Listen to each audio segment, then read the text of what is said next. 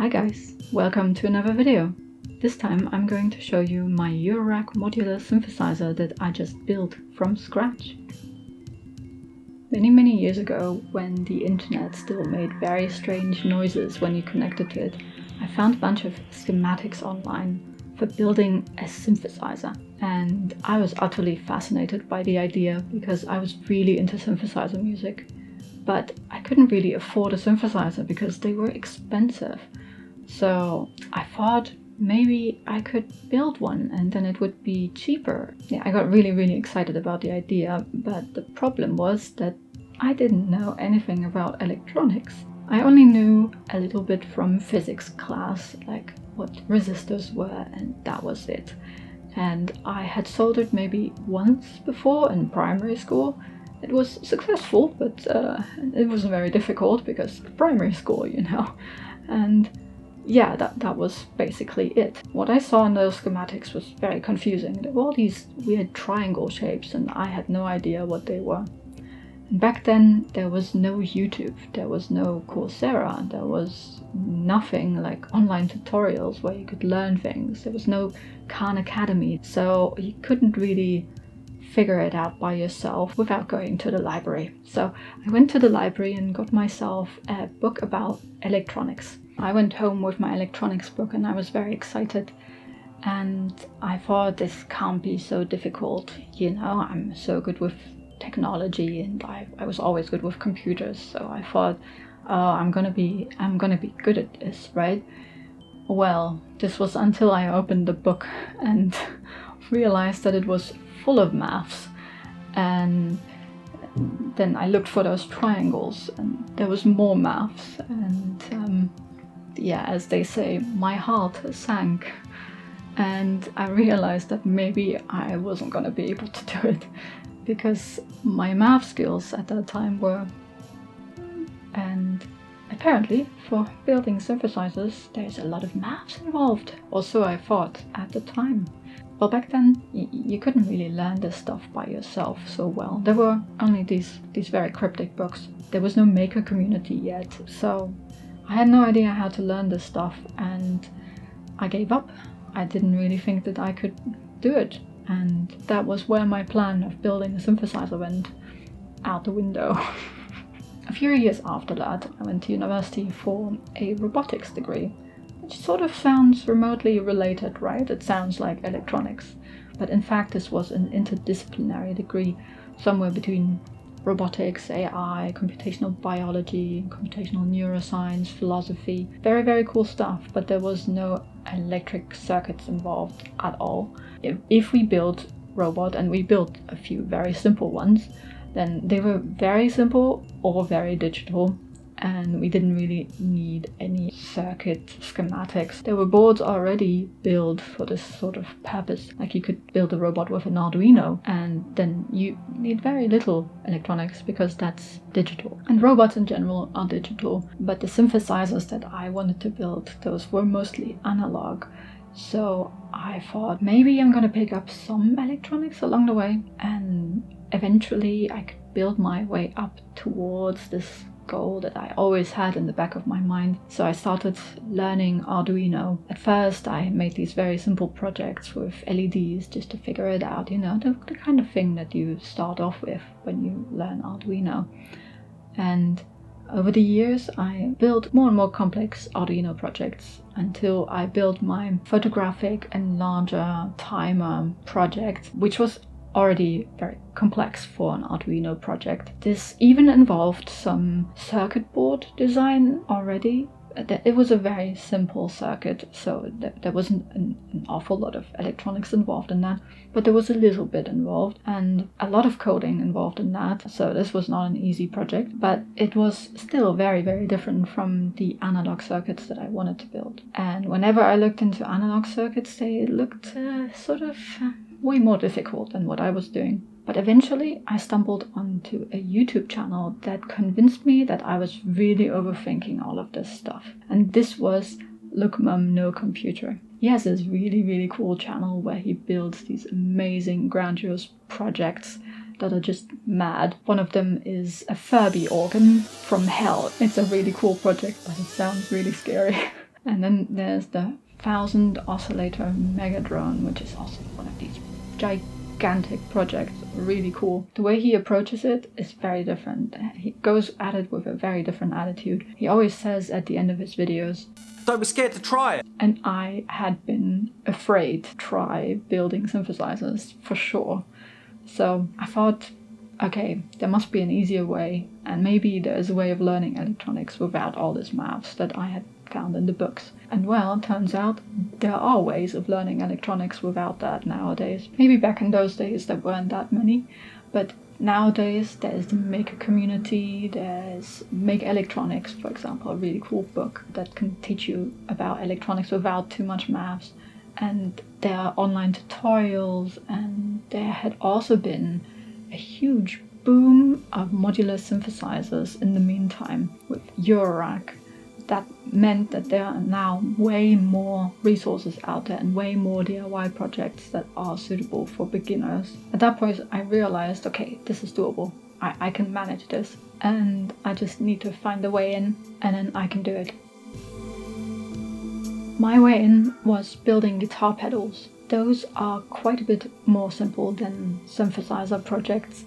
Some of them only have very few components, like fast pedals, so they're really, really good beginner projects that are not too intimidating. I thought I can manage that, and I actually started off with a digital delay pedal, and that was really cool and worked really well. I used it in some of my music and I was really impressed with it.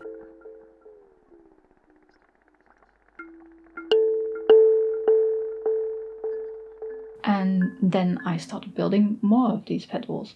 There was a fuzz pedal, and then I built a phaser, and finally I built a synthesizer pedal. It listens to what you play on the guitar and then makes synth notes out of it. At that point I had already basically reached my goal. I had built a synthesizer, but that thing only taught me that I'm quite bad at playing the guitar, because you need to play reasonably well so that it sounds not terrible. I think I've yet to get some reasonable sounds out of it. It's a really crazy pedal. Yeah, after that I thought, okay, now maybe I'm ready to embark on this synthesizer thing. I can do this now. So I went down this rabbit hole of researching easy synthesizer projects. I thought I wanted to build a modular synthesizer, because one of those synthesizers where everything's on one board, they can be very hard to troubleshoot. So I thought if I build like little self-contained projects and then plug them together, that would mean I can have small projects that I can manage and then build it up into something bigger. And I thought that this was a really good idea, because there were some really simple projects out there that I thought I could manage after building those pedals. They were somewhat similar in scope basically, but first I really had to decide on a format. Lookmam No Computer has a modular synthesizer format which is called Cosmo. It's like a metric 5U type thing. It's a bit big and I don't really have much space, so that was not really an option. There's also Moog, which is like 5U. It's similar in size, so also too big for me. There was also 4U, which was a bit more esoteric, so I thought maybe that's not the right choice. This way I have more resources if I take something that is more popular. And that basically led me to Eurorack.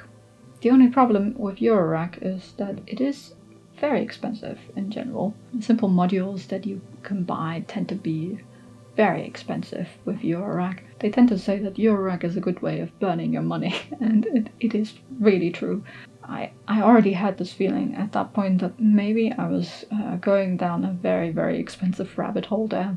There was also AE Modular. It could be an option to build for that format because it was cheaper and smaller, and well, but there I ran into the biggest issue with AE Modular, which is the size. It is in fact a little bit too small for DIY. If you want to build for AE Modular, the case is not very deep. That means you can't really put big components in there, only the really small ones. And the really small ones are very hard to solder, so I didn't really want to start with that. So that was not really an option. So I thought, okay, Eurorack, it has to be. When you're building very simple projects, that's not going to be something that makes sound because the projects that make sound tend to be quite difficult. The oscillators are always going to be the harder stuff, and that was the first big hurdle. Basically, I needed something to listen to, since I didn't really think I could afford Eurorack modules. I looked into alternatives and found that the best option would be to go semi-modular.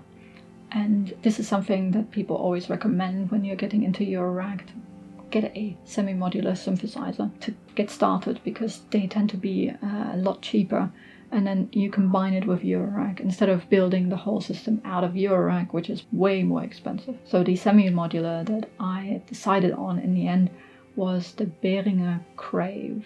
Now, before you give me a hard time about Behringer, let me remind you that the only way for a lot of people to afford something like a synthesizer is by Behringer making it affordable. It's really not necessary to make people feel worse about not being able to afford anything else. And that's all I have to say about this whole discussion about Behringer. I personally was embarking on a project that seemed excessively expensive to me with Eurorack. So I thought, okay, I need to not start out with a huge expense. So I went with the Behringer Crave.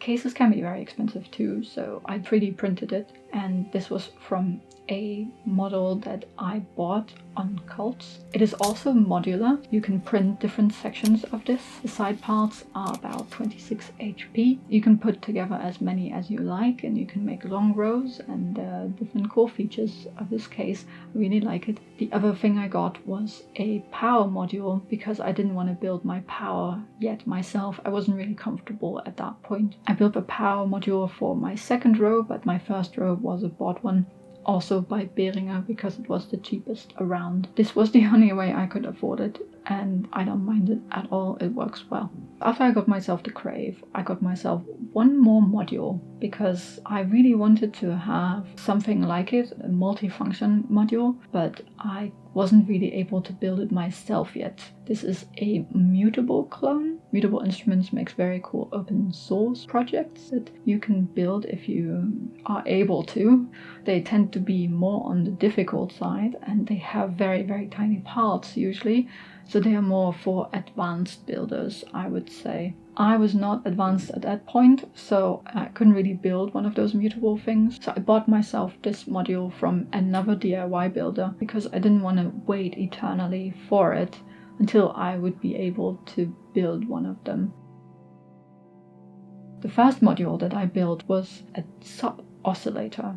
It's called Sub 101A, and it was the first project where I actually sourced all the parts myself. I built these guitar pedals, and they came in a kit where all the parts are already accounted for. With the Sub 101A, I ordered the PCB and then ordered the parts, and then built it with the parts, which caused some problems because my capacitors were a bit high, but I didn't think it was a big problem. This was the first module I built. It already added a really cool sound to my Crave, and it made it sound very fat.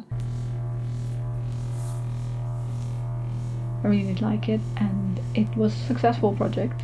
So my first synthesizer module build was a success. After that, I wanted to build an output module, because I had realized that I was ruining my ears with the Crave to some extent. There is a headphone output on the Crave, but the problem is it is linked to the line out too. So if I increase the volume for the line out, I also increase the volume for the headphones. And if it's loud enough for recording, it is so loud for the ears that, yeah, I have blasted my ears quite a few times with this headphone out, and I thought enough is enough. I can't risk my ears anymore.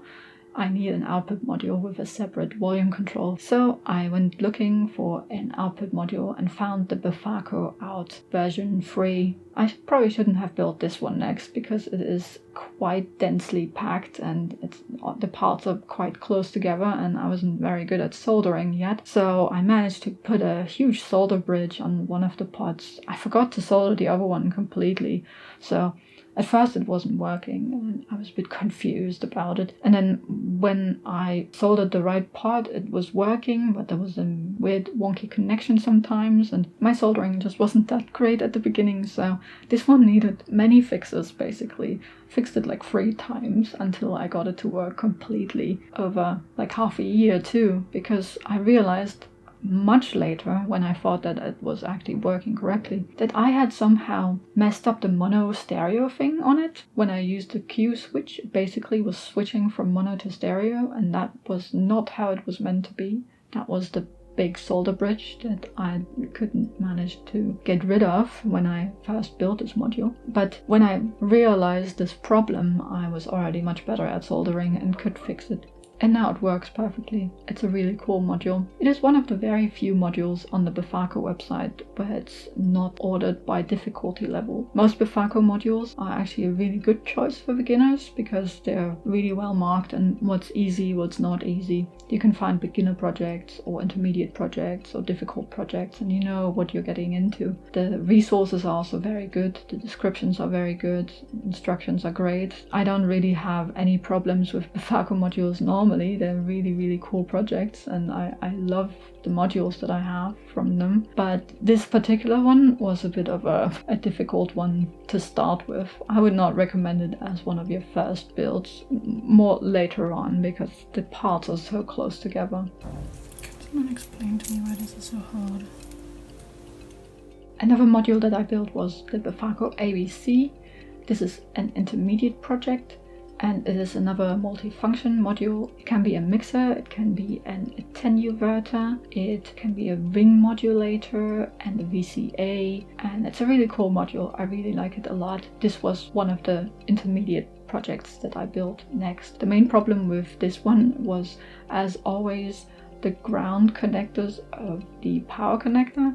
I always had problems with those because I didn't have my soldering iron hot enough. Now I know how hot I need to make it, and it's not such a big deal anymore. But yeah, this is one of the problems with the lead-free solder that I'm using, and you need to keep your soldering iron quite hot.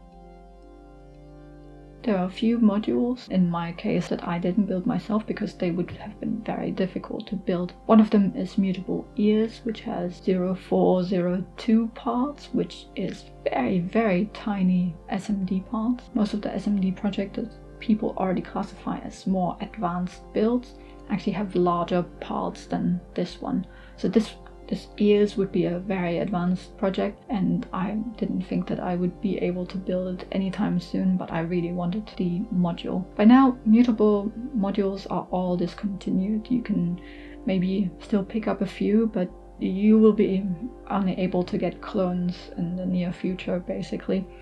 And building them yourself is a good option to get into it if you want one of them.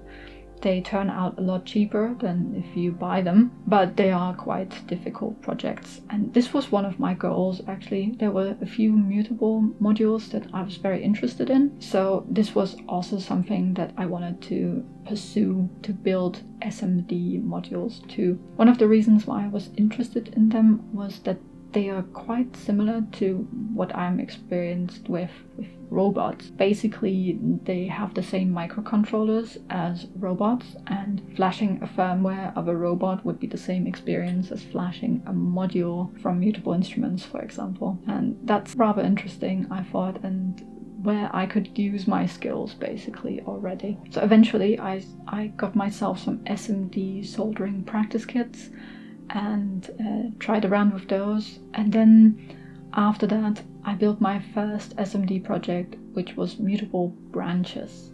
It's not a very difficult project for an SMD project, but it was quite challenging in a way too. I still built this one with a soldering iron, which was why I got my head in the way of the camera so much. I had to get very close to see what I was doing. And getting a hot air station is something that I would really recommend if you want to build more of these mutable projects and the SMD projects. They are much easier to build with a hot air station. It works with a soldering iron, but it is more fiddly for sure. But I managed to do this alright. My branches works well, and I was very happy with that. And this is how I continued. After each project, I just picked a more difficult one, and this way I built my way towards ever more difficult projects, until finally I was even building projects that had many different parts, and very tiny parts, like my mutable shelves. It has so many parts, and they're all tiny, and it worked right away. I had no problems with it. It was one of those modules that just worked without having to do any troubleshooting. I have by now built many complex projects that need like resistor matching and precise calibration. Like for example, the frequency central trans-Europa is one of those very precise ones because it is basically a precision adder. It's more used as a transpose switch and an octave switch, but that means it has to be very precise, so the resistors in it have to be precisely matched. I have also built a VCO by now, and that had a lot of parts and needed calibration as one of the difficult Befako projects. So I've built my way up to the more difficult projects and can handle them well now. So now what about building stuff from schematics? Because this was basically the goal, right? Well, I've even done that by now. I've reached that goal too. The first module that I basically designed myself, and here I designed the PCB myself, was a 5 volts limiter. The reason why I wanted this module was that I read the manual of the Crave very carefully, and I realized that the inputs are supposed to be kept between -5 volts and +5 volts. It says specifically not to overload the inputs.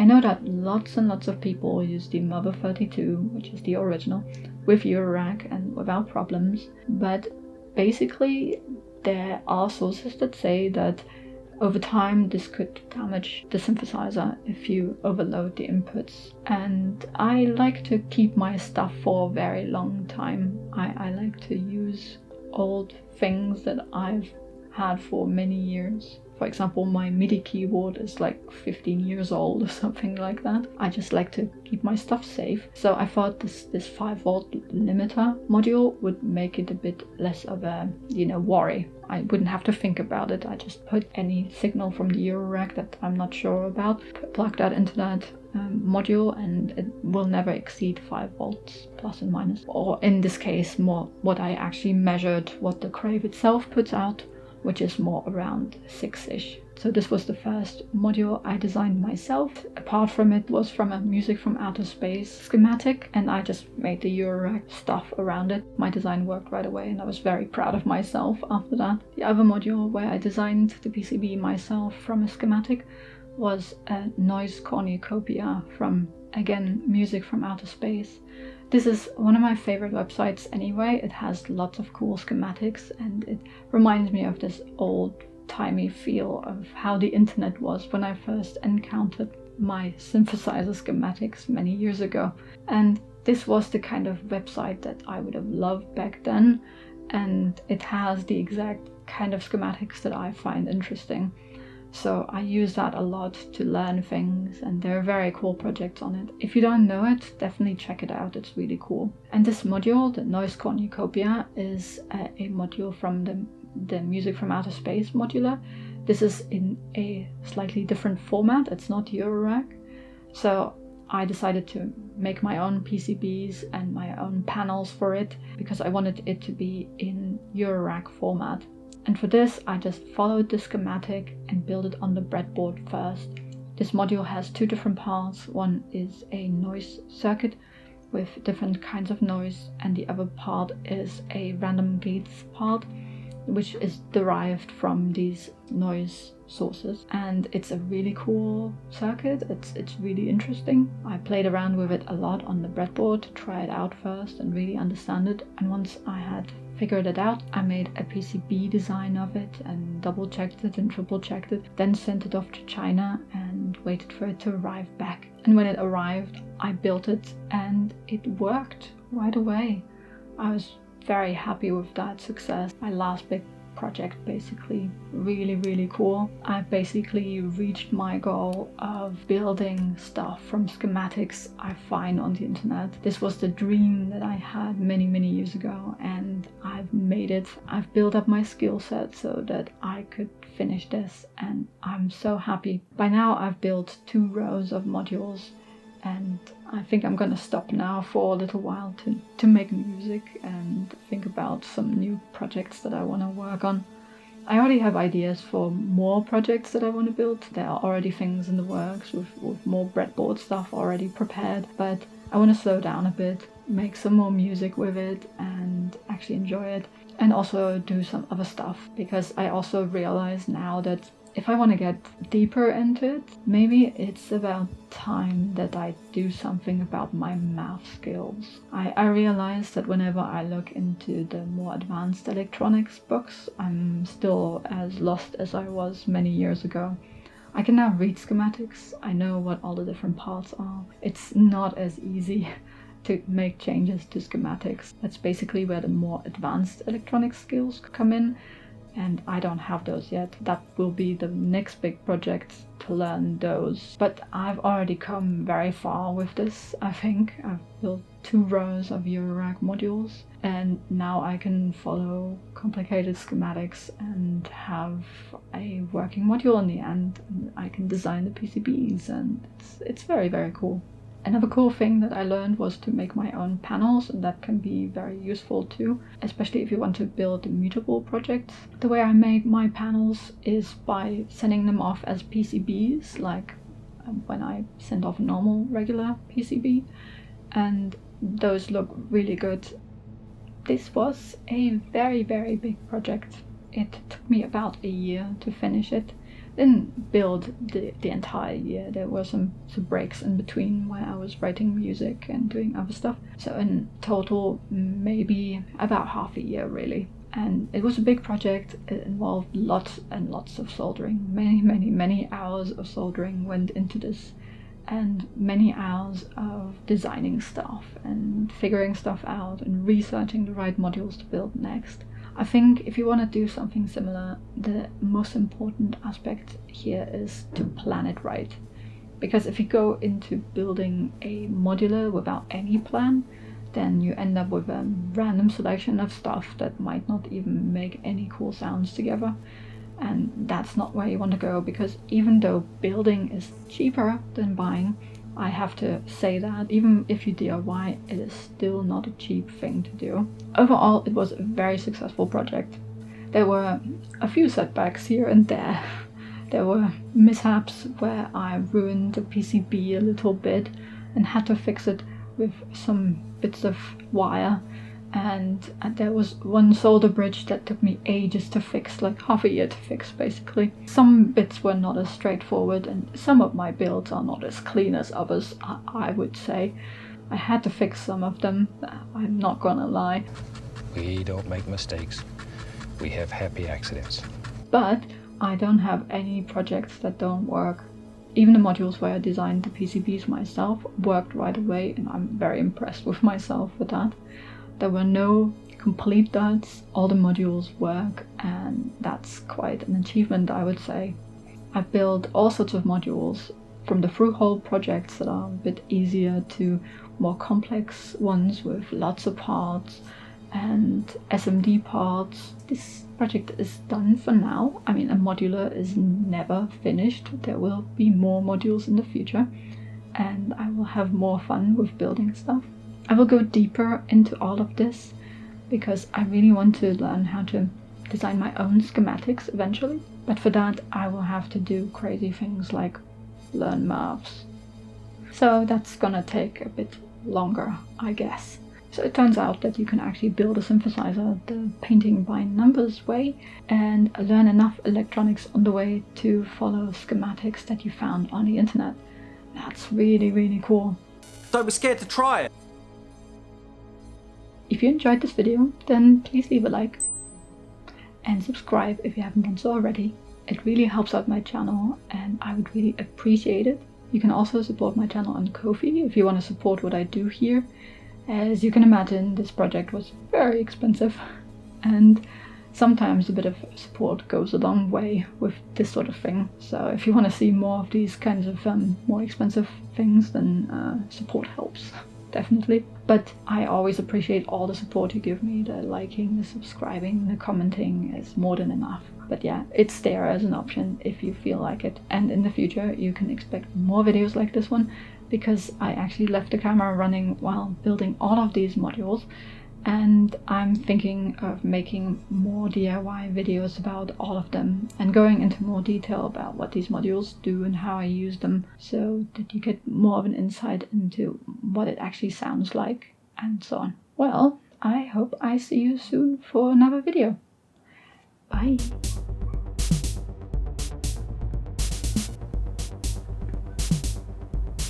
I'm usually good with technology. I can deal with computers,